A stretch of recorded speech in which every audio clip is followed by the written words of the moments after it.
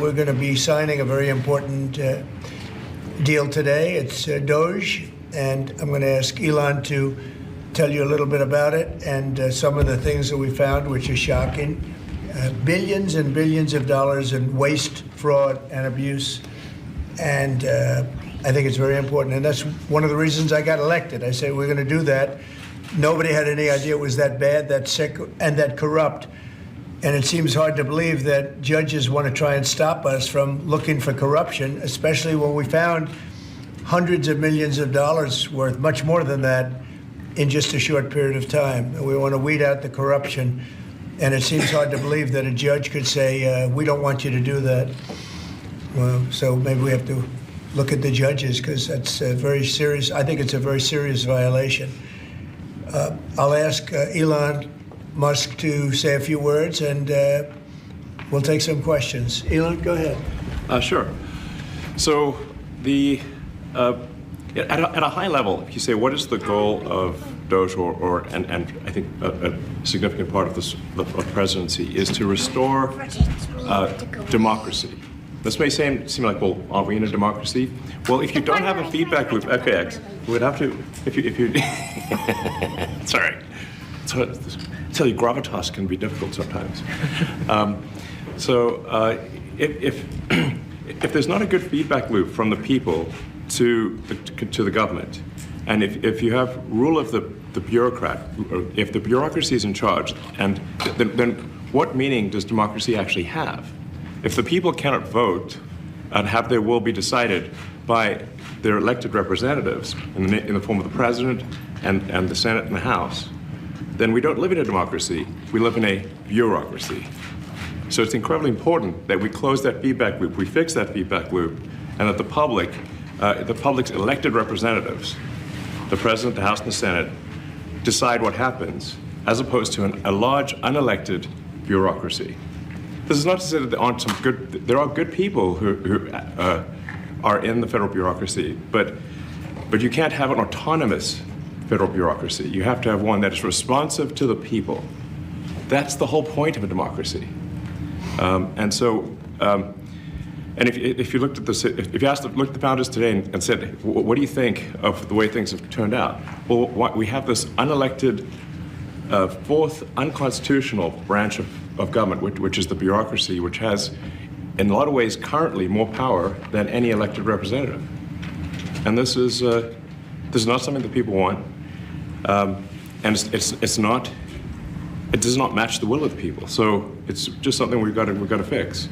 And then we've also got to address the deficit. So we've got a $2 trillion deficit, and if we don't do something about this deficit, the country's going bankrupt.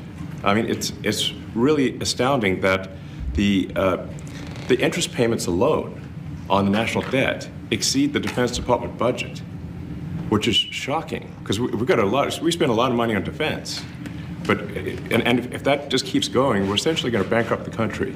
So what I really want to say is, like, it's not optional for us to reduce the federal expenses. It's essential. It's essential for America to remain solvent as a country, and it's essential for America to have the resources necessary to provide things to its citizens and not simply be servicing vast amounts of debt. And also, could you mention some of the things that your team has found, some of the crazy numbers, including the woman that walked away with about 30 million, right, et cetera? Well, we do find it sort of rather odd that there are quite a few people in the bureaucracy who have ostensibly a salary of a few $100,000, but somehow manage to accrue tens of millions of dollars in net worth while they are in that position, which is, what happened at USAID. We're just curious as to where it came from. Maybe they're very good at investing, in which case we should take their investment advice, perhaps. But there seems to be mysteriously they get wealthy. We don't know why. Where does it come from? And I think the reality is that they're getting wealthy at taxpayer expense. That's the honest truth of it. So, we're looking at, if you look at, say, Treasury, for example, basic controls that should be in place, that are in place in any company, such as making sure that any given payment has a payment categorization code, that there is a comment field that describes the payment, and that if a payment is on the do not pay list, that you don't actually pay it. None of those things are true currently. So the reason that departments can't pass audits is because the payments don't have a categorization code. It's like just a massive number of blank checks just flying out the building. So you can't reconcile blank checks. You've got comment fields that are also blank, so you don't know why the payment was made. And then we've got this truly absurd, a do not pay list, which can take up to a year for an organization to get on a do not pay list. And this, we're talking about terrorist organizations, we're talking about known fraudsters, known aspects of waste, known things that do not match any congressional appropriation, can take up to a year to get on the list, and even once on the list is not used. It's mind-blowing. So what we're talking about here, we're really just talking about adding common sense controls that should be present, that haven't been present. So you say, like, well, how could such a thing arise? That seems crazy. When you understand that really everything is geared towards complaint minimization, so then you understand the motivations. So if people receive money, they don't complain, obviously. But if people don't receive money, they do complain. And the fraudsters complain the loudest and the fastest. So then when you understand that, then it makes sense. Oh, that's why everything they approve all the payments at Treasury. Because if you approve all the payments, you don't get complaints. But now we're saying that, no, actually, we are going to complain. If money is spent badly, if your taxpayer dollars are not spent in a sensible and frugal manner, then that's not okay. Your tax dollars need to be spent wisely on things that matter to the people. I mean, these things, like, it's just common sense. It's not draconian or radical, I think. It's really just saying, let's look at each of these expenditures and say, is this actually in the best interest of the people? And if it is, it's approved. If it's not, we should think about it. So, there's crazy things like just cursory examination of Social Security, and we've got people in there that are 150 years old. Now, do you know anyone who's 150? I don't. Okay. They should be on the Guinness Book of World Records. They're missing out. So, that's a case where, like, I think they're probably dead. It's my guess. Or they should be very famous, one of the two. And then there's a whole bunch of Social Security payments where there's no identifying information. Well, like, why is there no identifying information? Obviously, we want to make sure that people who deserve to receive Social Security do receive it, and that they receive it quickly and accurately. I'll tell you another crazy thing. So, one of the things is, like, we are trying to sort of right-size the federal bureaucracy, just make sure that this. Obviously, there need to be a lot of people working for the federal government, but not as many as currently. So we're saying, well, okay, if people can retire, with full benefits and everything, that would be good. They can retire, get their retirement payments and everything. And then we were told, this is actually, I think, a great anecdote, because we were told, no, the most number of people that could retire possibly in a month is 10,000. We're like, well, why is that? Well, because all the retirement paperwork is manual on paper. It's manually calculated, then written down on a piece of paper. Then it goes down a mine. And I'm like, what do you mean a mine? Like, yeah, there's a limestone mine where we store all the retirement paperwork. And you look at a picture of this mine. We'll post some pictures afterwards. And this mine looks like something out of the 50s because it was started in 1955. So it looks like it's like a time warp. And then the speed, then the limiting factor is the speed at which the mine shaft elevator can move determines how many people can retire from the federal government.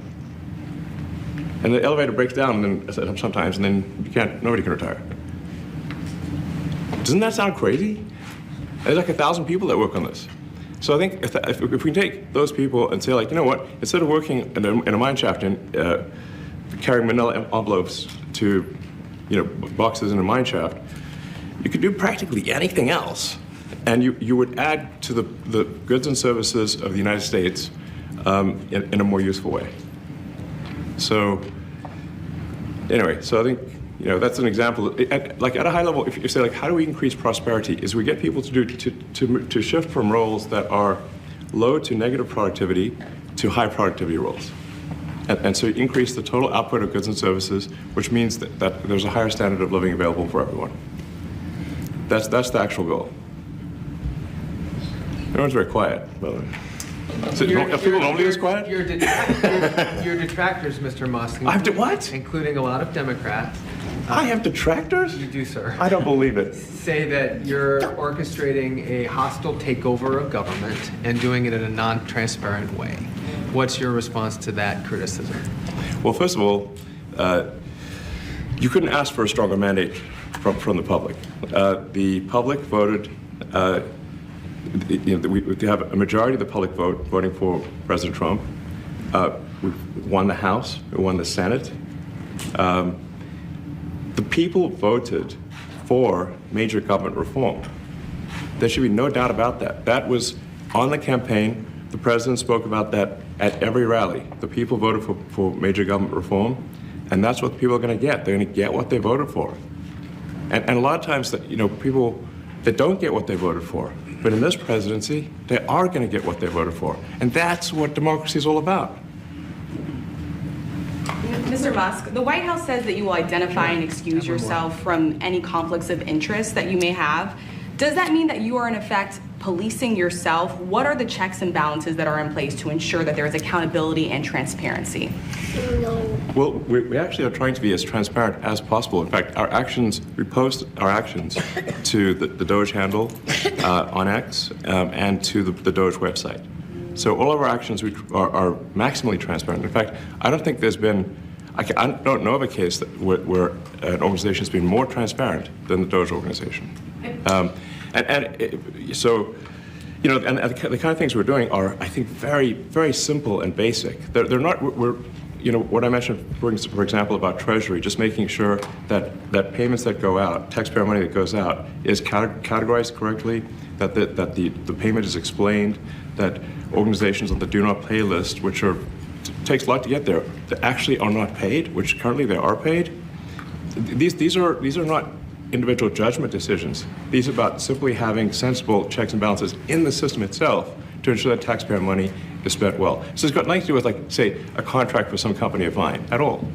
But if there is a conflict of interest when it comes to you yourself, for instance, you've received billions of dollars in federal contracts, when it comes to the Pentagon, for instance, which the president, I know, has directed you to look into. Yeah. Are you policing yourself in that? Is there any sort of accountability check and balance in place that would provide any transparency for the American people? Well, all of our actions are fully public. So if you see anything, you say, like, wait a second, hey, Elon, that seems like maybe that's, there's a conflict there. It's not like people are going to be shy about saying that. They'll say it immediately. Including you yourself. Yes, but transparency is what builds trust, not simply somebody asserting trust. So not somebody saying they're trustworthy, but transparency, so you can see everything that's going on. And then you can see, am I doing something that benefits one of my companies or not?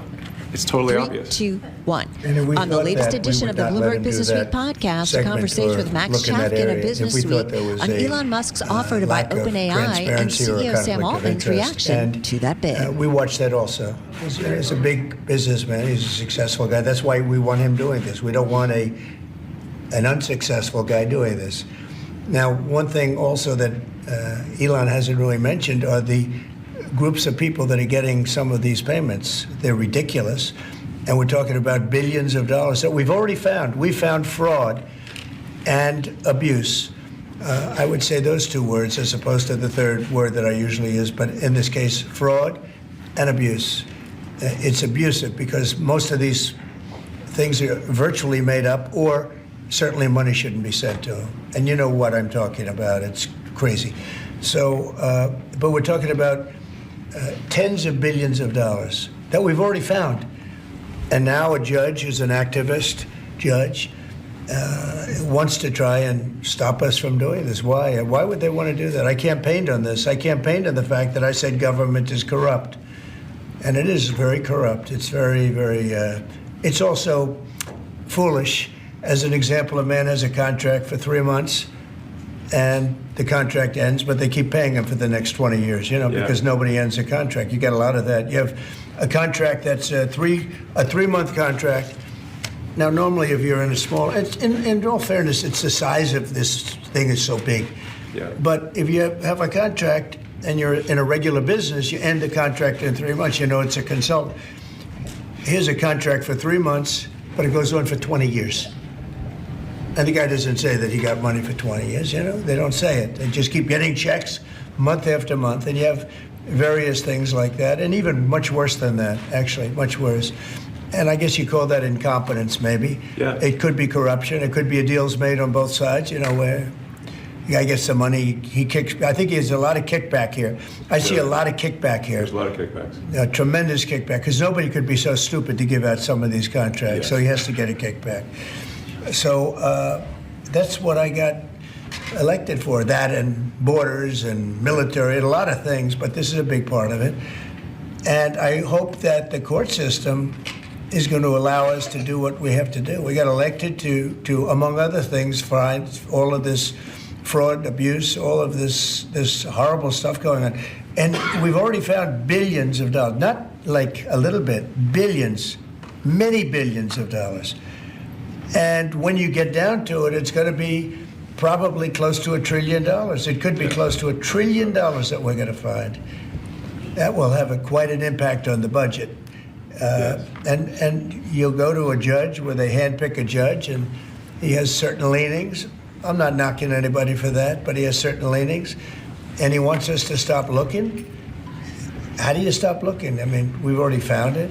We have a case in New York where a hotel has paid $59 million, $59 million because it's housing migrants, illegal migrants, all illegal, I believe. And they were being paid twice the normal room rate at 100% occupancy. Unbelievable. So it's a racket. Yeah. Mr. Musk, can I ask you a question? You Well, said if I may sort of just going for the president's comments, at a high level, you say, well, what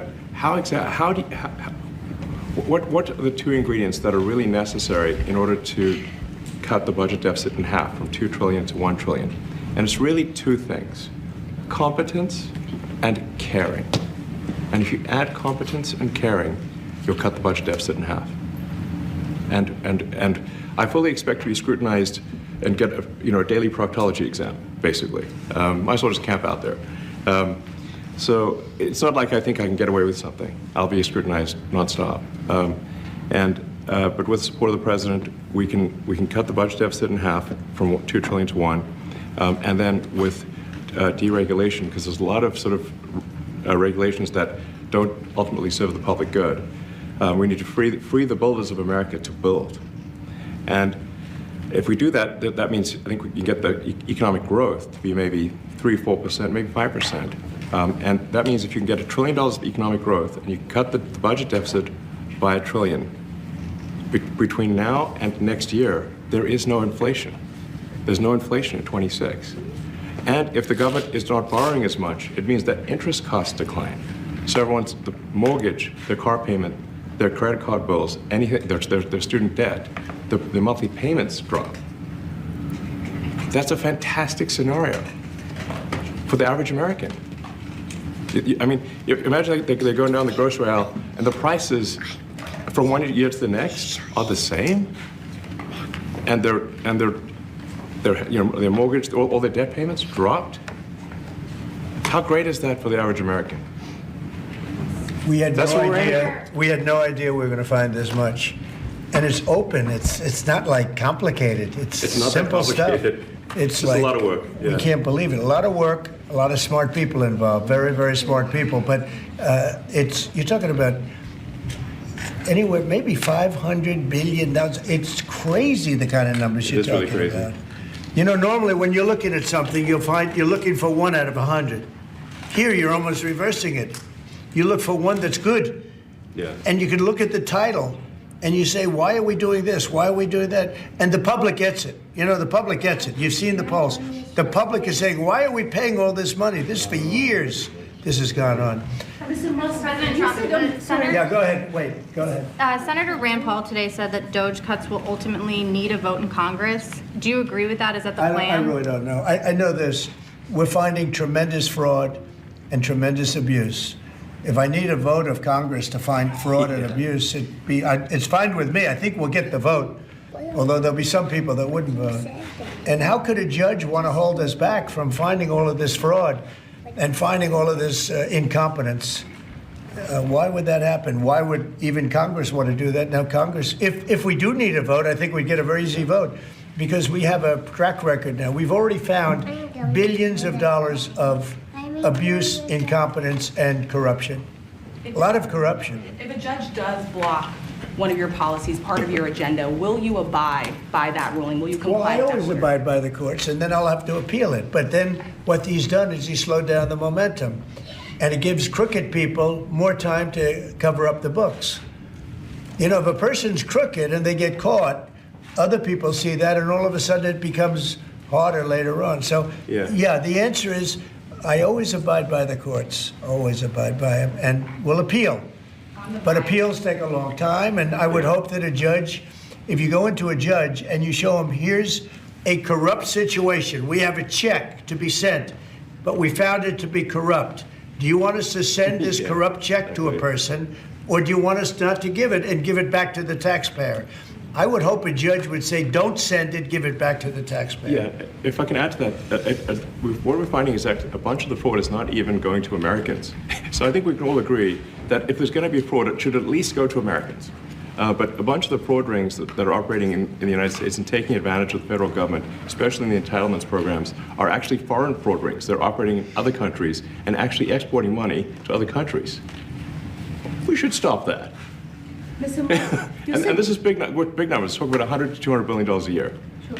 Serious money. Mr. Musk, you said on X that an example of the fraud that you have cited was $50 million of condoms was sent to Gaza. But after fact check this, it apparently Gaza in Mozambique, and the program was to protect them against HIV. So can you correct the statements? It wasn't sent to Hamas actually, it was sent to Mozambique, which makes sense why condoms was sent there. Yeah. And how can we make sure that all the statements that you said were correct, so we can trust what you say? Well, first of all, some of the things that I say will be incorrect and should be corrected. So nobody's going to bat 1,000. I mean, we will make mistakes, but we'll act quickly to correct any mistakes. I'm not sure we should be sending $50 million worth of condoms to anywhere, frankly. I'm not sure that's something Americans would be really excited about. And that is really an enormous number of condoms, if you think about it. But if it went to Mozambique instead of Gaza, I'm like, okay, that's not as bad, but still, why are we doing that? Mr. Musk, can you talk a little bit about how closely you're working with agency heads as you're directing these cuts? Do they have how much input do agency heads have when you're making these decisions? Yeah, we work closely with the agency heads, there are sort of checks in place. So it's not just us just going in and doing things willy-nilly. It's in partnership with the agency heads, and I check frequently with the president to make sure that this is what the president wants to have happen. So we talk almost every day, and I double check things to make sure, is this something, Mr. President, you want us to do this? Then we'll do it. USAID has been one of your main targets. Are you concerned at all that some of the cuts or that shutting that agency altogether may lead to diseases or other bigger problems starting in other countries that then come to the United States? Yeah, so that's an interesting example. So that's something where we work closely with the State Department and Secretary Rubio. And we have, for example, turned on funding for Ebola prevention and for HIV prevention. Left that, you said? Yes, correct. And we are moving fast, so we will make mistakes, but we'll also fix the mistakes very quickly. So, do you see it as a worthy cause, USAID? I think that there are some worthy things, but overall, if you say what is the bang for the buck, I would say it was not very good.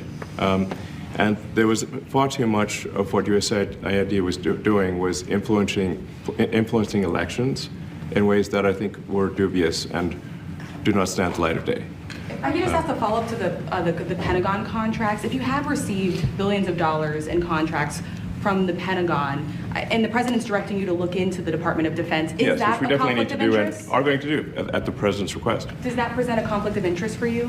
No, because you'd have to look at the individual contract and say, first of all, I'm not the one, filing the contract. It's people at SpaceX or someone who will be putting for the contract. And I'd like to say, if you see any contract where where it was awarded to SpaceX and it wasn't by far the best value for money for the taxpayer, let me know, because every one of them was. The president said the other day that you might look at treasuries. Could you explain that a little bit? What kind of fraud, and that question goes to both of you, what kind of fraud are you expecting to see or do you see right now in U.S. treasuries?